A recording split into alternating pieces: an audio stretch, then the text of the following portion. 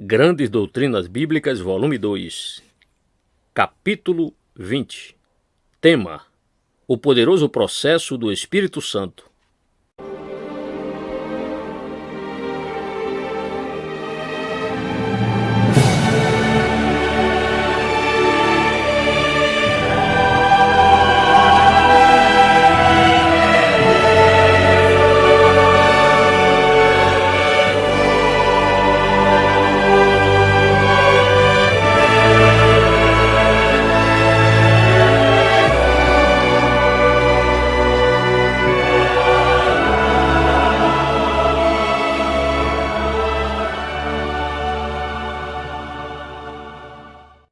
Já vimos que a santificação é primariamente obra de Deus, mas ela inclui também nossa participação. E agora, havendo dito isso, podemos chegar ao que constitui, de muitas maneiras, o mais interessante aspecto dessa questão atinente à santificação, e esse é o método ou modo no qual e pelo qual isso ocorre em nosso íntimo. Naturalmente, é neste ponto que a controvérsia entre as diversas escolas, a que já me referi, tem sido mais acirrada. Provavelmente, a maneira mais conveniente de focalizar este tema seria formulando 3 perguntas. Em primeiro lugar, seria a santificação algo a ser recebido? Ora, muitos são os que defendem o ponto de vista de que sim, e às vezes o expressam da seguinte forma: como vocês receberam sua justificação, assim também recebem sua santificação. E eles usam para isso diferentes ilustrações. Houve um professor famoso na primeira parte deste século que costumava dizer: você tem uma bolsa em sua mão e há 2 moedas de ouro dentro. Primeiramente, você apanha uma moeda, que é a sua justificação. A seguir, dizia ele, você pode prosseguir e apanhar a outra moeda, que é a sua santificação. E a tragédia é que tantos cristãos só apanham a primeira moeda e não apanham a segunda. Outros o expressam assim: estou em pé com uma moeda em cada palma de minhas mãos e lhe digo: venha e pegue. E assim muitos simplesmente pegam aquela que está na mão direita, que é a justificação, mas a pregação acerca da santificação é da mesma maneira que você pegou a primeira moeda, assim também deve pegar a segunda. Você recebe sua justificação pela fé. Agora recebe sua santificação igualmente pela fé. Portanto, é assinado que a santificação pode ser aceita dessa forma em um só ato. Ora, obviamente, os que afirmam tal coisa com certeza contam com alguns textos bíblicos que apresentam, de algum modo para ele, justificar esse gênero de ensino, e o versículo que tem grande preferência em citar está em Atos, onde o Senhor está transmitindo sua comissão a seu grande servo Paulo na estrada de Damasco. Nosso Senhor diz a Paulo que quer que ele vá e pregue ao povo e aos gentios, para lhes abrir os olhos a fim de que se convertam das trevas à luz e do poder de Satanás a Deus, para que recebam remissão de pecados e herança entre aqueles que são santificados pela fé em mim. Atos 26, 18. Vejam, eles dizem, santificados pela fé. E isso parece-lhe ser o fim de toda a controvérsia e discussão.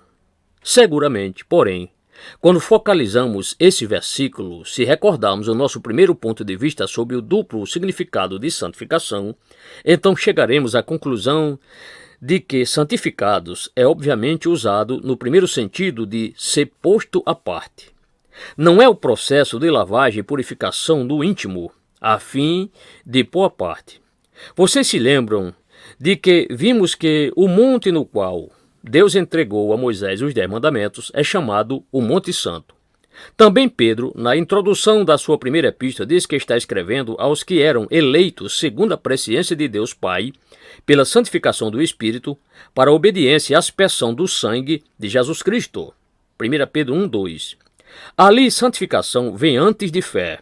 E como vimos, quando Paulo escreve aos Coríntios e diz: e tais fostes alguns de vós, mas fostes lavados, mas fostes santificados, mas fostes justificados. 1 Coríntios 6,11. Ele põe santificação antes de justificação. Ora, em todos esses exemplos, ela significa pôr à parte. E isso, indubitavelmente, é o que ela significa em Atos capítulo 26. Paulo recebe a incumbência de pregar aos gentios e de dizer-lhes que, se crerem no Senhor Jesus Cristo, terão sua herança com todos os demais que foram postos à parte pelo Espírito Santo para Deus pela fé em Jesus Cristo.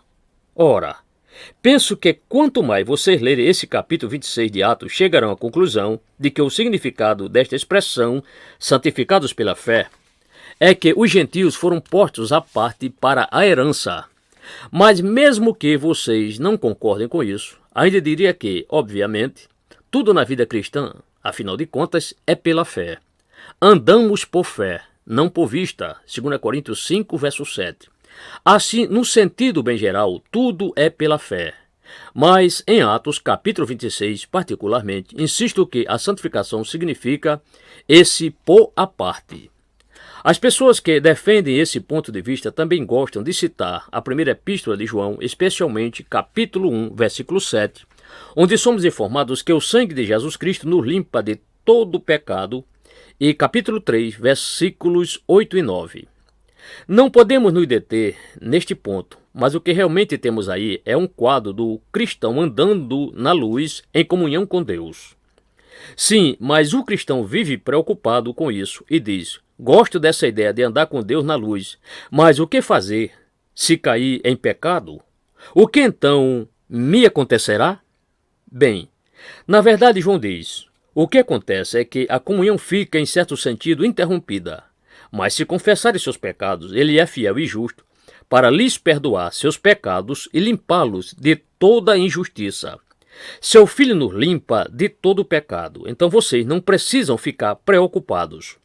O problema que está sendo analisado em 1 João é o problema da corrupção que experimentamos enquanto andamos em comunhão com Deus e com seu Filho, Jesus Cristo.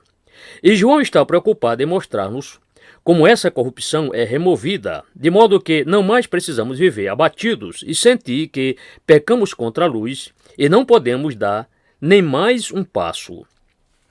Aliás, sempre sinto que o primeiro versículo do capítulo 2 destaca isso de uma maneira muito definida. Meus filhinhos, diz João, essas coisas vos escrevo para que não pequeis, mas, ele prossegue, se alguém pecar, temos um advogado para com o Pai, Jesus Cristo, o justo. E ele é a propiciação pelos nossos pecados, e não somente pelos nossos, mas também pelos de todo o mundo. Noutras palavras, João diz que está escrevendo a fim de ensinar-lhes a não pecarem. Então não está lhes dizendo que pode receber algo e nunca mais pecar. Não, ao contrário. Ele os está exortando a não pecarem, mas se pecarem, diz ele, há um recurso, Jesus Cristo justo. Ele é a propiciação. Mas é provável que o versículo favorito de todos os amigos que defendem esse ponto de vista particular seja Romanos 8, versos 1 e 2. Portanto, agora nenhuma condenação há para os que estão em Cristo Jesus, porque a lei do Espírito da vida em Cristo Jesus me livrou da lei do pecado e da morte. Eles interpretam isso dizendo que aqui, que o princípio de oposição entra, que há duas leis. Em mim há a lei do pecado e morte, tragando-me, forçando-me a pecar. Ah, sim, dizem eles, mas está tudo bem. Outra lei entrou em vigor, a lei do Espírito de vida em Cristo Jesus. E enquanto eu olhar para ele e perseverar nele, essa nova lei me guardará de fracassar em relação àquela primeira lei. Vocês se lembram das ilustrações do atiçador e do cinto salva-vidas. Assim é que se interpreta Romanos 8, verso 2. Isto é realmente crucial. Romanos 8, verso 2 é um versículo importantíssimo, e a interpretação que já descrevi é uma seríssima deturpação dele. Portanto, o que realmente diz este versículo? Paulo escreve, portanto, agora nenhuma condenação há para os que estão em Cristo Jesus. Por quê? Eis a resposta. Porque a lei do Espírito da vida em Cristo Jesus me livrou da lei, do pecado e da morte. Paulo está aqui recapitulando algo que já nos havia dito várias vezes nos 2 capítulos anteriores. Antes de mais nada, eis o que se encontra no 6º capítulo. Que diremos, pois? Permaneceremos no pecado para que abunde a graça? De modo nenhum, diz Paulo.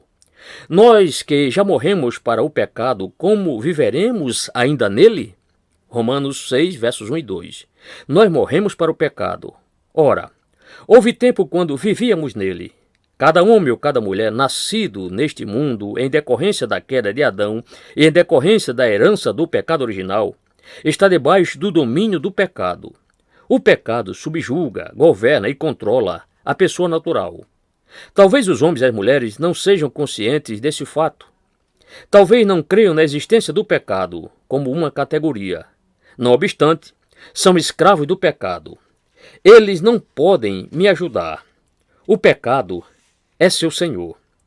Nesses versículos, porém, Paulo diz que estamos em Cristo e morremos para o pecado. Essa é a primeira afirmação, mas permitam-me encaminhá-los a uma segunda no versículo 18 do capítulo 6. E libertados do pecado, diz Paulo, fostes feitos servos da justiça. Isso significa, tendes sido feitos livres, ou fostes feitos livres. É algo que aconteceu, e que aconteceu uma vez por todas. Os cristãos, diz Paulo, são pessoas que foram feitas livres do pecado. O que quer dizer ele com isso? Bem, ele não quer dizer, de jeito nenhum, que somos impecáveis e perfeitos, visto que não o somos e sabemos que não somos. Ao contrário, ele simplesmente quer dizer a mesma coisa outra vez. Somos livres do pecado no sentido em que o pecado não é mais o nosso Senhor. Não estamos mais debaixo da lei ou do domínio do pecado. Paulo já havia expresso isso no versículo 14, quando disse, o pecado não terá domínio sobre vós, e prossegue reiterando-o dessa maneira muitíssimo interessante e inusitada. Então, ele uma vez mais diz no versículo 20, porque, quando eres servo do pecado, que significa escravo do pecado, estavas livres em relação à justiça. Notem o contraste de Paulo. Quando éramos servos do pecado, estávamos livres da justiça, mas agora somos escravos da justiça e estamos livres do pecado. Tudo isso contribuirá para ajudar-nos a entender Romanos 8, verso 2, mas venham comigo ao 7º capítulo e a estes importantíssimos versículos 4, 5 e 6. Assim também vós, meus irmãos, afirma Paulo, fostes mortos, quanto à lei mediante o corpo de Cristo, e vos tornastes. Ali significa, tende-vos tornado, é o tempo aoristo no grego, que significa uma vez e para sempre. É final. Em seu argumento, Paulo usou a ilustração da mulher casada e seu esposo. Naturalmente, diz ele, enquanto o esposo for vivo, a mulher está ligada a ele. Ela está sob sua lei. Mas se o esposo morrer, ela está livre para casar com outro homem. Se ela fizesse isso enquanto o esposo estava vivo, então seria adúltera. Mas se o esposo é morto, a lei não mais se aplica a ela. Ela está absolutamente livre e pode casar-se outra vez. Ora, diz Paulo, exatamente da mesma forma, vocês também têm se tornado mortos para a lei pelo corpo de Cristo. Verso 4.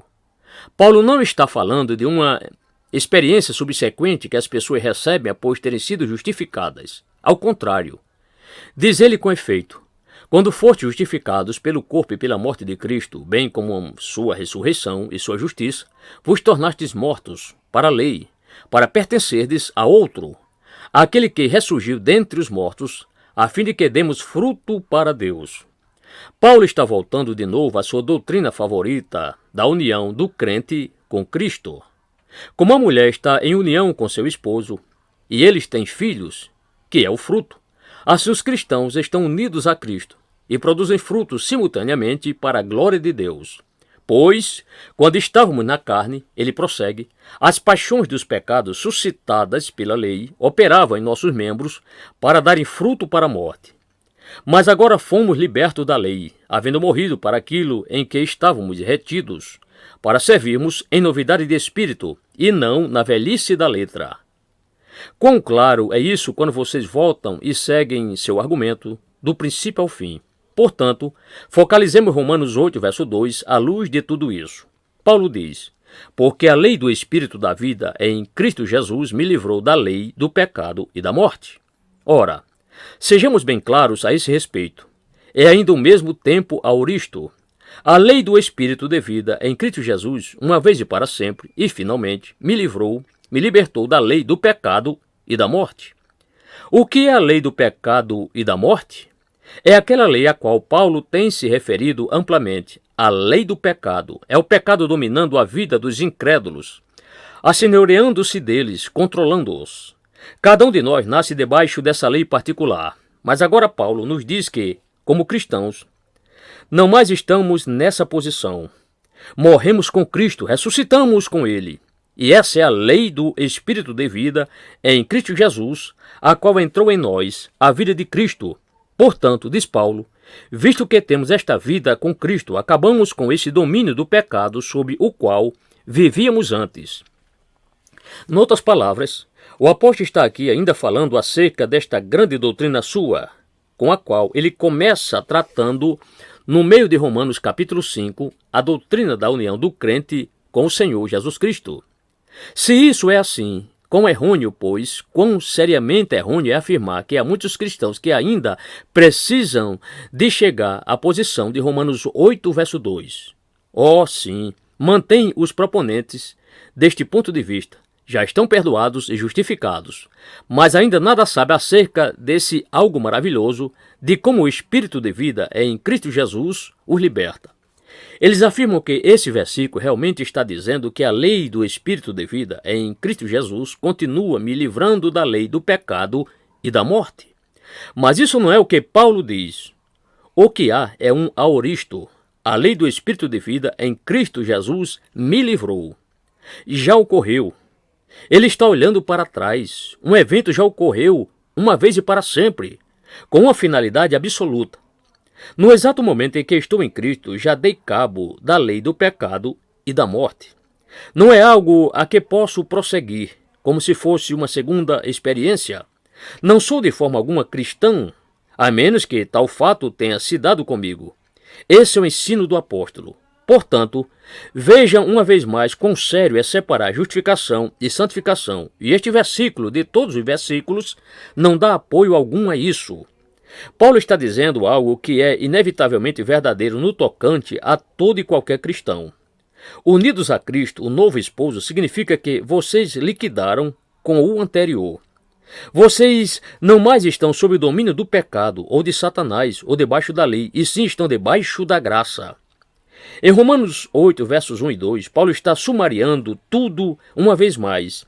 E essa é a razão porque nenhuma condenação há para os que estão em Cristo Jesus. Havendo tentado analisar estes textos bíblicos que a miúde são tratados abusivamente em apoio desse argumento, deixe-me lembrar-lhes algumas outras razões para afirmar que a santificação não é algo a ser recebido. Na pré-eleção anterior, vimos a grande ênfase dada quanto à nossa parte na santificação, quanto ao que vocês e eu temos a fazer. Como já indicamos, qual seria a utilidade dos poderosos argumentos de Paulo e dos demais apóstolos em suas cartas se a santificação fosse algo que eu tenho de receber? Por que, então, as exortações? Já lhes forneci muitas citações extraídas das epístolas do apóstolo Paulo. Agora, pois, permitam-me fornecer-lhes uma do apóstolo Pedro. Amados, diz Pedro, exorto-vos, como a peregrinos e forasteiros, que vos abstenhais das concupiscências da carne, as quais combatem contra a alma. 1 Pedro 2, verso 11. Vocês percebem o que ele diz? Não é o caso de recebermos nossa santificação e então de sermos libertos dessas coisas. Ao contrário, ele nos exorta a abstermos-nos delas e a nos guardarmos delas. E a tragédia é que tantas pessoas se encontram gastando suas vidas na espera de receber algo, e nessa espera não estão se abstendo desses desejos carnais. Tomem uma outra afirmação de Paulo. Aquele que furtava, não furte mais. Efésios 4, 28. Isso é o que ele deve fazer. Ele não tem que esperar receber algo. É-lhe ordenado que pare de furtar. O que poderia ser mais específico do que isso? E as pessoas que são culpadas de usar linguagem fútil e de gracejos, bem como todas as demais coisas inconvenientes, são proibidas de praticá-las. Efésios 5, verso 4. E não vos conformeis a este mundo. Romanos 12, verso 2. Vocês não estão esperando receber algo. Se até este momento têm se conformado a este mundo, então que parem com isso. Pessoas com frequência me têm procurado com esse problema e dizem, sabe, eu tenho tentado com muito esforço, mas não consigo obter essa experiência.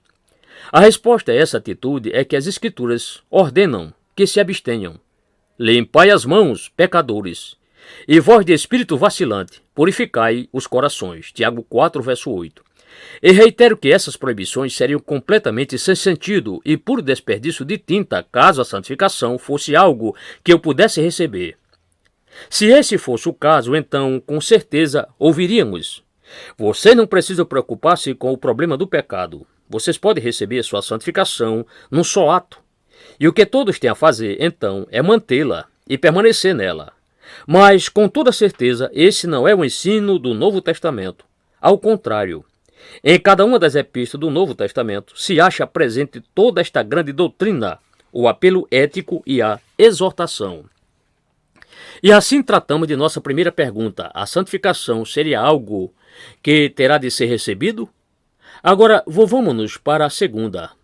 Porventura a santificação é uma experiência? Sem dúvida, muitos ensinam que sim. E neste ponto o argumento é que geralmente é composto de uma série de histórias. Há grande número de histórias sobre pessoas que tiveram experiências maravilhosas, de pessoas, por exemplo, que tinham um mau gênio ou algo afim. Lutaram contra ele por anos a fio e não conseguiram desvencilhar-se dele e, por fim, lhes vieram alguma espécie de forte crise. Então entraram em algum lugar secreto e ali lutaram com Deus e passaram por essa maravilhosa experiência e nunca mais deram vazão ao seu mau gênio. E histórias semelhantes são narradas acerca de pessoas que enfrentaram uma grande luta para deixar de fumar, de beber e assim por diante. Ora, cumpre-nos examinar essas experiências detidamente e com real solidariedade. Naturalmente, aceito as experiências sem qualquer hesitação. Dou graças a Deus porque posso testificar de certas experiências semelhantes que se deram em minha própria vida. Então, o que significam? Bem, eis minha resposta. Primeiramente, acima de tudo, não há qualquer evidência no Novo Testamento de que esse gênero de experiência significa santificação. Elas podem ser uma parte da santificação, podem ajudar imensamente na santificação, mas, em si e de si mesmas, não são santificação. Como acabo de salientar, se esse é o caminho em que todos os nossos problemas têm de ser resolvidos, qual é a indicação nas epístolas do Novo Testamento? Todo o seu pressuposto o contradiz. Mas há algo mais que provavelmente seja ainda mais grave. Durante o curso de minha experiência ministerial, já tive que lidar com um grande número de pessoas que veio a mim afirmando ter ouvido o ensino acerca da experiência de ser libertado de todo pecado. E então elas disseram: tenho-a buscado e tenho orado por ela. Li acerca de um homem que orou a favor de seu gênio irracível, e eu tenho um gênio horrível, e sempre estou derrotado por ele, e envergonho-me de mim mesmo. Tenho me entregado ao Senhor e orado a Ele para que faça comigo o que fez com aquele homem, mas tal coisa não acontece comigo. Muitos são os que se encontram em tal situação, frente a pecados de muitos e diferentes tipos. Ora, seguramente, estamos em condição de dizer que, se esse é o caminho de Deus, então tal coisa deve suceder a todos, e não haveria nenhum caso de fracasso. Ah, sim, dizem outras pessoas, mas o problema é que é uma entrega incompleta em alguma parte. Mas isso não é resposta. Existem almas honestas que têm tentado entregar-se e fazer-se dispostas, e até onde sabem, são absolutamente dispostas a tudo e ainda não conseguem obter tal experiência. Esse é um fato que certamente deve prender nossa atenção. Se uma experiência é o método de Deus, então ele é para todos e não apenas para alguns. Outro argumento que proporia é o seguinte: se ele age assim em relação a um só pecado, por que não deveria agir em relação a todos os pecados? Por que, pois, não deveríamos todos nós ser impecáveis e absolutamente perfeitos? Se vocês podem desfazer-se de um gênio desse tipo, então, por que não atinge imediatamente um estado de perfeição impecável? E, no entanto, não estou certo de podermos alegar que já alcançamos tal estado. Portanto, é preciso que examinemos essa questão da experiência com muita prudência. Portanto, minha última afirmação neste ponto seria que há outras pessoas que podem testificar de experiências semelhantes, as quais podem contar-lhes como de repente perderam aquele mau gênio natural ou aquela ânsia luxuriante e aquele desejo mórbido por bebida num lampejo e não eram de forma alguma cristãs. Tal ideia surgiu por meio de algum outro ensino através de uma das seitas ou algo semelhante. Existem muitos desses exemplos. Mesmo correndo o risco de ser mal entendido, eu diria que uma das mudanças mais dramáticas que já conheci em um indivíduo foi no caso de uma dissidente da seita cientista cristã, que encontrou livramento de um problema pessoal que a derrotava. Numa reunião, ela foi libertada de uma ansiedade mórbida e posso testificar desse fato. No entanto, nada tinha a ver com o cristianismo. Nas biografias, às vezes, vocês se deparam com histórias de livramento súbito e inesperado. Portanto, os livramentos podem ter causas psicológicas completamente isoladas da ulterior sugestão de que ele pode até mesmo ser algum gênero de manifestação espiritista. Portanto, consideremos alguns princípios sobre a questão das experiências. Em primeiro lugar, Deus pode ou não conceder repentino livramento de certos pecados por esse meio. Conheci dois homens que eram membros da mesma igreja. Ambos haviam sido ébrios terríveis e ambos se tornaram homens piedosos na igreja de Deus. Um deles sempre costumava testificar que na noite de sua conversão, a propensão por bebida forte fora de vez eliminada de sua vida. Ela nunca o preocupou novamente. Ele podia passar em frente a um bar com a mesma facilidade que podia passar diante de qualquer outro edifício. O outro homem, que era igualmente santo e que deixara igualmente a bebida, costumava contar-nos que ele sabia o que era às vezes enfrentar uma terrível batalha quando passava em frente a um bar. Mas, graças a Deus, ele sempre o capacitava a fazer isso. Dois cristãos piedosos, ambos libertados da bebida. A propensão desapareceu de um, mas não do outro. Vocês podem perceber como é arriscado generalizar tais experiências. Não devemos basear nossa doutrina nas experiências, e sim no ensino da palavra de Deus. Em segundo lugar, a santificação não é apenas um problema de um pecado particular, ou mesmo de pecados particulares, e sim é uma questão de minha total relação com Deus. Posso ser libertado de certos pecados e ainda minha santificação não passa de algo muito pequeno e imaturo. Aliás, esse outro ensino que temos considerado nos envolve na posição em que, no momento, posso ser completamente santificado e então, por um ato de pecado, perco minha santificação. Então tenho que recebê-la de volta. Segundo tal ponto de vista, a santificação é algo que vem e vai. Não é um processo que avança continuamente, mas é algo variável que continuo perdendo e reconquistando. O ensino das Escrituras, porém, é que, mas todos nós, com o rosto descoberto, refletindo como espelho a glória do Senhor, somos transformados de glória em glória. 2 Coríntios 3,18. A santificação é um crescimento, é um desenvolvimento, ela é um avançar. Parece-me, porém, que a principal dificuldade com este ensino acerca da experiência é que ele confunde duas coisas que são diferentes, e as duas são essas várias experiências pelas quais passamos na vida cristã, a graça de Deus e a santificação. A santificação não é uma experiência, é uma condição. Ela consiste em minha relação com Deus. Somos transformados na mesma imagem de Jesus Cristo, de glória em glória. 2 Coríntios 3,18. A santificação envolve as experiências e é corroborada por elas, não em si mesma. Não é uma experiência. Posso, com muita audácia, arriscar uma ilustração, ainda que as ilustrações sejam sempre passíveis de levar-nos a mal-entendidos. Sugiro-lhes que a relação entre experiência e santificação se assemelha à relação existente entre um campo onde vocês semeiam aveia, ou cevada, ou trigo, e a chuva e o sol. O lavrador já arou o solo, já o rastelou e já o semeou. Depois de passar-lhe o cilindro no tocante à sua responsabilidade, ele terminou por enquanto. A seguir, a semente começa a germinar e a crescer até que venha o tempo da colheita. No íntere, porém, é provável que venha um período de frio, de tempo escuro.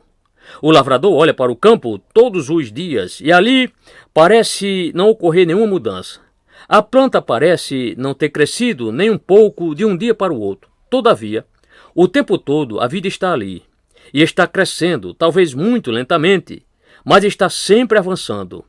De repente o tempo se torna mais estável e o sol começa a brilhar. Então sucede mais um agradável aguaceiro de chuva, seguido de outra irrupção de gloriosos raios solares.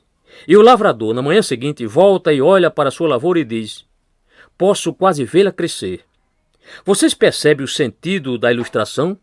A santificação, propriamente dita, é essa vida, esse processo de crescimento e de desenvolvimento, a qual tem início no momento em que somos salvos, no mesmo instante em que somos justificados, no mesmo instante em que somos regenerados. Pode haver ocasiões em que ela será pequeníssima e vocês não conseguem ver mudanças alguma, mas então recebe alguma bendita experiência. Deus lhes manifesta a si mesmo e seu amor. Ora, certas pessoas insensatamente classificam a essa experiência como santificação. No entanto, não é. Ela é semelhante ao aguaceiro de chuva ou à irrupção de raios solares. Ela estimula e promove a santificação, mas não é a santificação propriamente dita. E é nesse ponto, penso eu, que percebemos esse terrível erro de confundir essas duas coisas, as quais são tão essencialmente diferentes. As experiências não são o processo de crescimento, todavia o ajudam e o estimulam. Ora, as experiências podem naturalmente ser súbitas, podem ser dramáticas. Se o preferirem, vocês podem receber muitas segundas bênçãos especiais. Não hesitem em dizer tal coisa. A santificação, porém, não é uma segunda bênção. As pessoas podem experimentar uma forte elevação emocional quando inicialmente creram em Cristo. É possível que nunca tenham experimentado nada igual por anos. Então recebe outra experiência, uma segunda experiência. E quanto mais experimenta o Senhor, mais se preocupa em obedecer a sua palavra e em amá-lo na prática. E isso promove nossa santificação. Reitero, porém, que a experiência não é a santificação. Devemos ser esclarecidos sobre todas essas coisas. As pessoas podem de repente chegar a uma compreensão de certos aspectos da verdade e em decorrência dessa compreensão algo pode acontecer em suas vidas. Mas não deve afirmar que até então não haviam sido santificadas, porque já o foram, sendo santificadas no momento da regeneração.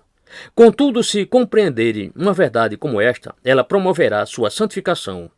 Parece saltar sobre sua santificação justamente como aquele campo de trigo parecia estar germinando enquanto vocês olhavam para ele. Mas essa não é a iniciação da santificação. E graças a Deus que esta é a verdade, porque, como sabemos, as emoções são variáveis, as experiências vêm e vão. E se minha santificação tem o mesmo valor das minhas experiências, ou deve ser considerada como sinônimo delas, então confesso que há momentos quando alguém poderá duvidar se ela está ou não sendo santificado. Então vem a terceira pergunta. Seria a santificação algo que ocorre subitamente? É óbvio que isso se deduz logicamente de tudo o que vimos considerando. As pessoas que creem que ela é uma experiência a ser recebida, creem que ela é súbita. Mas se vocês não creem assim, verão a partir de todas as considerações que pus diante de vocês que a santificação, evidentemente, não é algo que ocorre subitamente. Quais são os termos bíblicos aqui? Vocês nasceram de novo. Vocês são como criancinhas em Cristo, segundo Paulo diz aos Coríntios, 1 Coríntios 3, verso 1. João fala de filhinhos, jovens e pais, 1 João capítulo 2. Esses são os termos bíblicos e eles indicam crescimento. Não saltamos repentinamente por sobre o nascimento para a vida adulta. Ao contrário, vamos quase imperceptivelmente de um estágio a outro. Isso é a santificação segundo as Escrituras. Crescemos na graça e no conhecimento do Senhor. Ora, as pessoas são muito afeiçoadas às analogias do Velho Testamento e estão certíssimas. Portanto, usemos uma delas. Todos nós concordaríamos que a história dos filhos de Israel é um quadro perfeito da salvação de uma alma. O povo de Israel foi libertado do Egito, uma vez e para sempre, e os egípcios se afogaram no Mar Vermelho. Vocês, porém, gostariam de dizer que os problemas dos israelitas terminaram nesse ponto? Absolutamente não. Foram ainda levados até Canaã. No entanto, tiveram seus problemas lá. Estavam na posição santificada, mas ainda tinham inimigos com quem lutar. Tinham problemas e dificuldades. É isso que se dá na vida cristã. Mas esse é o método de Deus por toda parte. E não há nada mais glorioso a contemplar do que a uniformidade do princípio por meio do qual Deus age em cada esfera. Não seria assim que ele age na natureza? Nosso Senhor usou a ilustração do lavrador que semeou a semente no solo e então foi para casa e dormiu, e levantou-se de noite e de dia.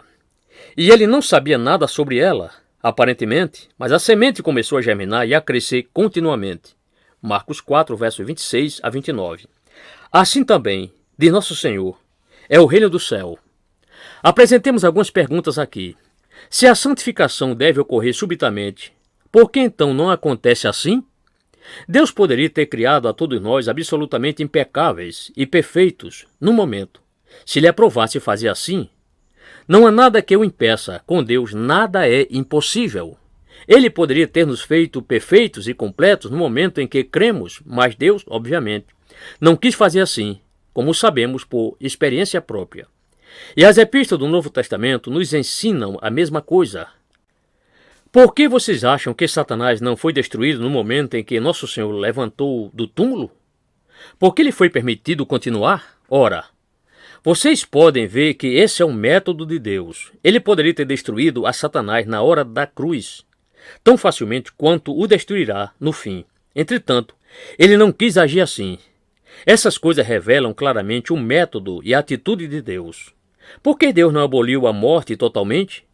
Ele o fará um dia. Por que os cristãos têm que morrer? Por que Deus não a aboliu no início? A única resposta possível é que ele não quis agir assim. E o mesmo se dá com a nossa santificação. O método de Deus na santificação, como já vimos, e como espero mostrar ainda mais claramente, consiste nesse processo que tem como ponto de partida o momento da regeneração. E ela avança mais e mais. Cada experiência que obtemos a estimula e somos transformados de glória em glória. Estamos avançando e desenvolvendo. Devemos estar mais santificados agora do que estivemos um ano atrás, e ela avançará mais e mais até que, finalmente, na glória, seremos perfeitos, sem mácula e sem mancha.